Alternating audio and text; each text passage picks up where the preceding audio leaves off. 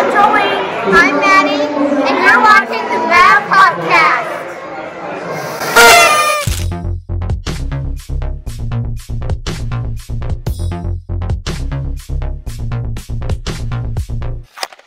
Hello, Maverick fans. Welcome to another edition of the Mavpuckcast. I am John. I am Bridget. And I'm Jolene. And we are here to talk about UNO's series against the St. Lawrence Skating Saints at Baxter Arena. We thought that this was a series that we should be able to sweep at home, but St. Lawrence had something to say about that on Friday.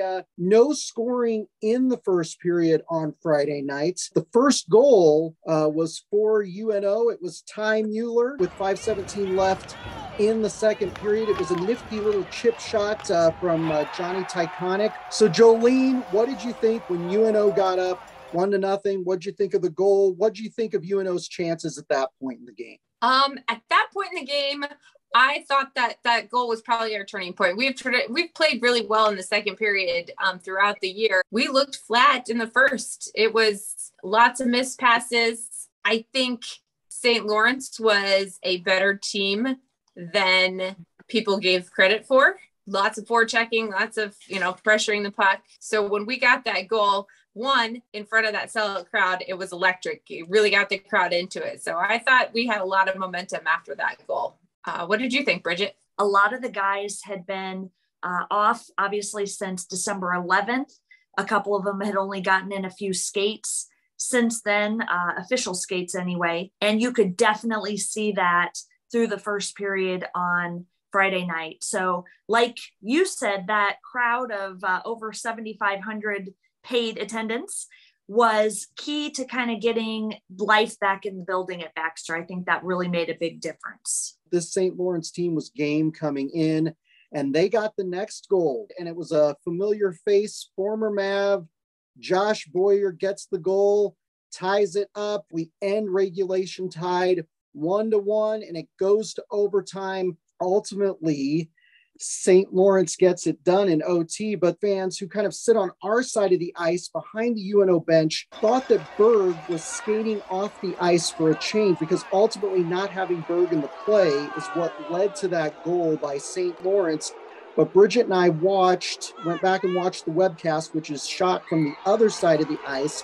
Berg got tangled up with the St. Lawrence player in front of our bench. So he tried to get off the ice, and it looked like Jimmy Glynn was trying to get into the play, but ultimately that led to the game-winning goal in the 3-on-3 overtime period. What did you think of that entire sequence of events? Bad luck in terms of the Berg play. Again, officiating was a big part of it in the overtime period. That certainly might have been something that had been called possibly a trip, but it really did look like they just got tangled. But it just didn't give us the opportunity to defend on that goal. And boy, the boos rained down on the referees after that on Friday night. I don't know that I've heard that in a long time. Put themselves in the position to, let a couple missed calls kind of dictate the game. If you play your game, score when you get the opportunities, then those missed calls don't matter as much. In my opinion, watching back, the missed call cross-check right before their goal, Boyer's goal, I think that one was way more of a miss than the overtime. I can see why the fans were upset in overtime for sure. But again, you got to play all 60 minutes really hard. Although one thing that Omaha did, and I don't know the stats when the last time this happened, we took no penalties in the game on Friday night. Were there things that should have been called? Probably. But nobody went to the box. St. Lawrence had 2 penalties, if I remember correctly. You got to play with what the rest are given. Don't let them factor into the game. But, sometimes they do. Yeah, absolutely. One goal is not going to be enough to win right. In a lot of circumstances in college hockey. And you're right. UNO had 2 power play opportunities during the game. They went 0 for 2 on the power play. So a tough start, not the start we were expecting, but we go into New Year's Eve. UNO planned a New Year's party. So the game started at 8:07 p.m. Omaha time. The score was 0-0 after the first period, but going into the second period, Cameron Berg gets things started with assists from Davis Pennington and Matt Miller. It was a really pretty goal that he had to start the scoring for UNO. Jolene, I got to ask you, what did you think of UNO's chances at that point? Were you thinking it was going to be same song, second verse, or a different story for UNO? When we started on Saturday, I was worried because we did not come out strong in the first. Again, we dominated most of the game, I felt, on Friday. We just couldn't find the back of the net. But I think that, we have this most of the 5-minute power play to start the second from the contact to the head penalty. Berg got that first goal. I was like, yes, we got this. And we still have 2 minutes of power play time left. So at that point, I was feeling pretty confident. And then when Mueller got that second power play goal, I was like, okay, I think this is going to be a good night for us. Commentator Dave Starman likes to say on broadcast, that's the all-you-can-eat power play for UNO. And I'll be honest with you, I went back and watched both Mueller and Berg's goals. They felt very nearly identical. They came from the same circle in both cases. And great to see two of our top young forwards get that 2-0 lead. They end up winning the game 5-2 over St. Lawrence. They get the split. Jolene, what did you think of that win for UNO, getting the split in the series, getting a New Year's Eve win, going out on a high note? What did you think? Well, I think to end the year with a win is awesome. I definitely set the mood for the party afterwards. We haven't talked about it yet, but it was Parents' Weekend, so to get a win that night, it was awesome. Those back-to-back empty net goals. I actually missed Slippick's goal because I was still sitting down from celebrating Tyconic's goal, and I didn't realize that they left their goalie pulled. And so all of a sudden I was like, wait, we just got another one. So really exciting finish to the game. Really gets everybody in a happy mood. Players are happy, fans are happy. It was a nice way to end the game.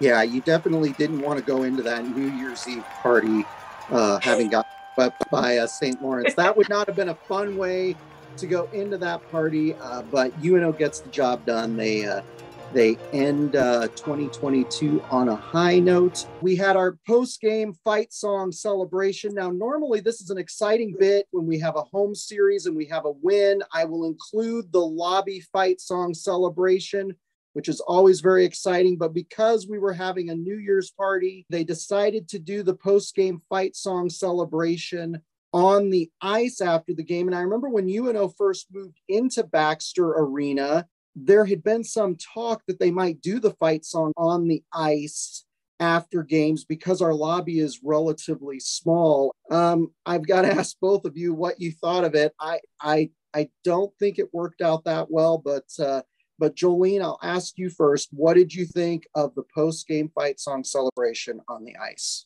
Not ideal.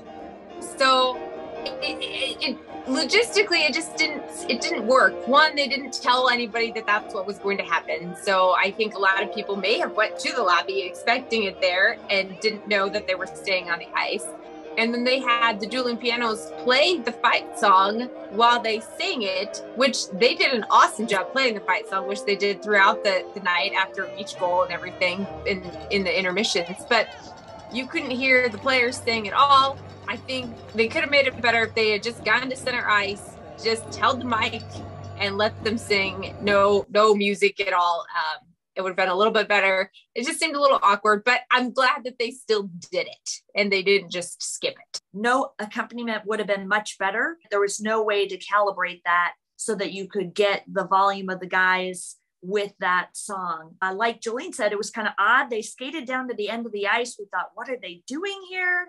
Andrew Rogers is chasing them with a microphone. The dueling pianos started ahead of the song. I thought that it was a giant dumpster fire.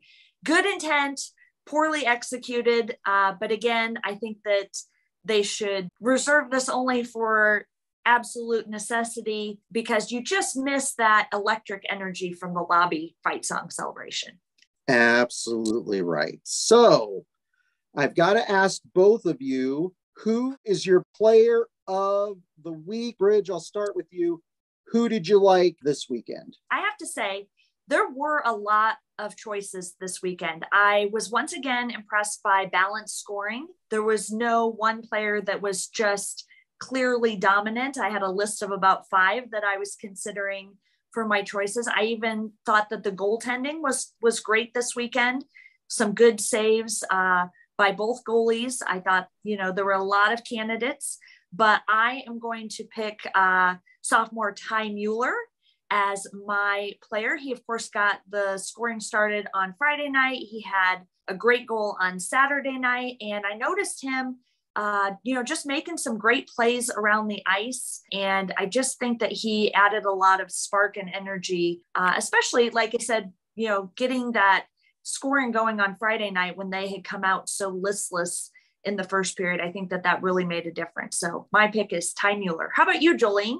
I'm gonna have to go with my youngest pick. I'm gonna pick Nolan Sullivan. I think getting that key goal at the end of the second on Saturday to break us up to 3-1. I think that really gave us the momentum that we needed to go into the third. So I'm going to pick Sullivan for my player of the weekend. Great pick on Nolan Sullivan. Also, Bridge, great pick on Mueller. Mueller had 2 goals on the weekend. Sullivan ended up having what turned out to be the game-winning goal on Saturday night. And he also had an assist on Tyconic's empty netter. Davis Pennington had a couple of assists on the weekend. And you're probably wondering who I'm going to pick. This is a little bit out of left field, or maybe I should say it's out of the Zamboni pick. A participant at UNO hockey games that has been missing in recent series going back to last season is the Blimp. The Blimp made a return at UNO hockey games. Bridget is looking at me. She may make me re-record this and take this out. She may be like, pick Davis Pennington. We're talking about the Blimp later. But yes, the Blimp is back, a brand new Blimp. This one, you were told, Bridge, is built with a sturdier material. Chick-fil-A is sponsoring the Blimp. And if you didn't know, and if you haven't come to games, Chick-fil-A is the official chicken sandwich of UNO athletics. So I'm going with the Blimp in this game. It was great to see it back. Having a Blimp is just part of the UNO hockey atmosphere going back to the very first season of UNO hockey. And I was glad to have it back. Really? The Blimp? We picked the good players. What was he going to do? Jason will be sorely disappointed that you picked a Blimp instead of a player. So, I totally punted that thing, and I picked the Blimp. But speaking of things you missed at Baxter Arena, boy, there were a lot of things that you missed at Baxter Arena this weekend. Lots of exciting stuff on Friday nights. We had a figure skater on the ice during one of the intermissions. She did a great job. Enjoy every time they have somebody involved in the local figure skating community here in Omaha. It's always great to see them on the ice. So that was exciting. But the big thing this weekend was the New Year's Eve celebration. This was the first time that they have had a New Year's Eve party after a UNO hockey game. I know all 3 of us were very excited. A lot of fans were excited. So Jolene, I'll start with you. What did you think of the festivities on December 31st? I loved it. I thought it was great. From the beginning, there was a long line for the dollar beverages. They had both beer, soda. Everybody seemed to be in a really happy mood. The dueling pianos kind of playing throughout. They had the little photo booths set up throughout that you could take pictures of beforehand. When the game ended, they handed out party favors. As you've seen, hats, glasses, beads, noisemakers, all kinds of stuff. At first, it seemed like there was not a lot of people sticking around, but what we soon discovered was that they all went to skate. So the line to get on to the ice to skate was pretty long. My oldest one wanted to go skate until she saw the line and was like, nope, I'm good. Having the players stay out there on the ice, that was awesome and a surprise. I didn't think that the players would stick around. I figured that they do their own thing with their parents, but the whole atmosphere was fun. A lot of that was because we won the game. Omaha did an awesome job this weekend of getting people out to the game and making it a fun experience for everybody. What did you think, Bridget? Agree wholeheartedly. I was super shocked when the players came back out onto the ice. In fact, they were the first ones onto the ice because, like you said, there was that long line of folks getting skates and putting them on. And so I was just shocked to see them stick around. And I was really impressed how many of them stuck around. Kudos to Matt Miller's mom for outfitting the guys with the fun hats and the glasses. That really helped add to the atmosphere. And like you said, there were some glitches along the way, from the dollar beer line, stretching all the way back past the concession stands, but they kept it moving. And I want to give a shout out to Associate Athletic Director Mike Kemp. He was manning one of the beer stations. Mike Smith, the arena general manager, was ferrying beers from the beer stand to the table where folks could come and pick it up. I mean, this was an all hands on deck activity for them. They had been there since early in the day, since basketball had played an early game at Baxter Arena. And so for them to pull off the magnitude of this event was nothing short of spectacular. And so kudos to that entire Baxter Arena staff, athletic department, organizers, Mike West, Adrian Dowell. They really put together a spectacular party. And John, I want to know what you thought of the ball drop at midnight.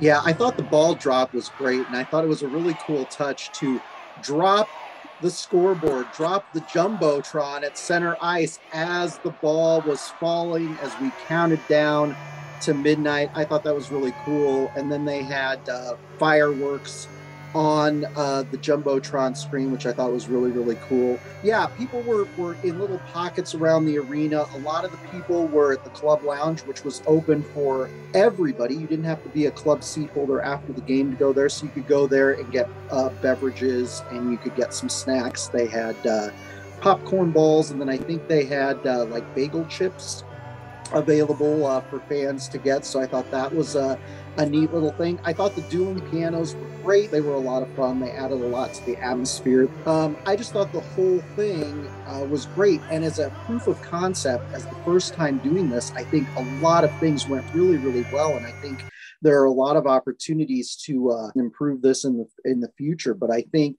as a first pass at this, I think it was great. It was a lot of fun as a UNO fan to get to do something fun, because I don't know about the rest of you, but Bridget and I usually go to bed when the Times Square ball drops at 11 o'clock Omaha time. So normally we don't stay up that late. It was also kind of fun because Bridge, you and I, and then Jolene, you and the girls and your parents decided to get rooms at the Aloft Hotel, which is just east of Baxter Arena. We decided to get rooms there and make it a little staycation so that we can just walk back after the game and not having to deal with driving home. Now, Bridget and I live about 1.5 miles from Baxter Arena, so it wouldn't have been a long drive for us. But Jolene, you live out west, your parents live out west, so that would have been a longer drive for you. So it was kind of nice not to have to worry about any drunk drivers or anything like that on the way home. So it made for kind of a nice deal. And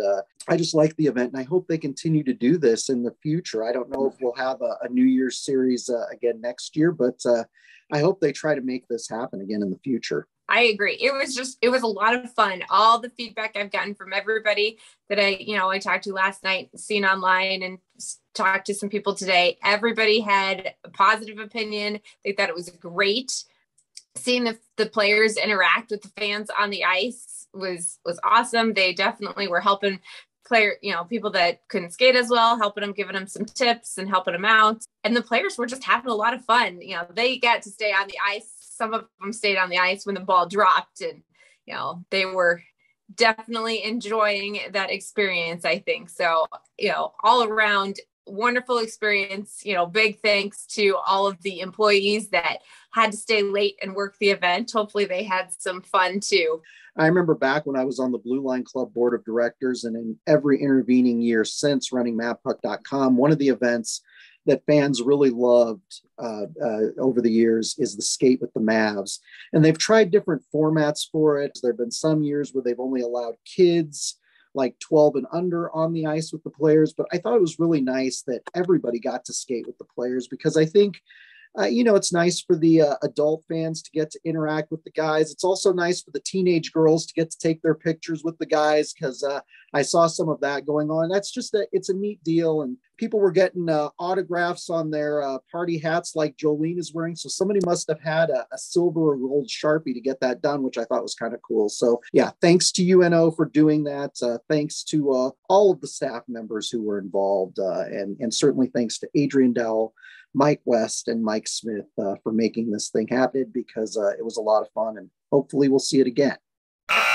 So turning to our next series, we have the week off, which is good because everybody was interacting with everybody else. So in case there are any germs and cooties going around after this series, the players, the fans, we all have a chance to recover before our next home series, which will be January 13th and 14th against the Minnesota Duluth Bulldogs coming to town. We faced them once this season up in Duluth.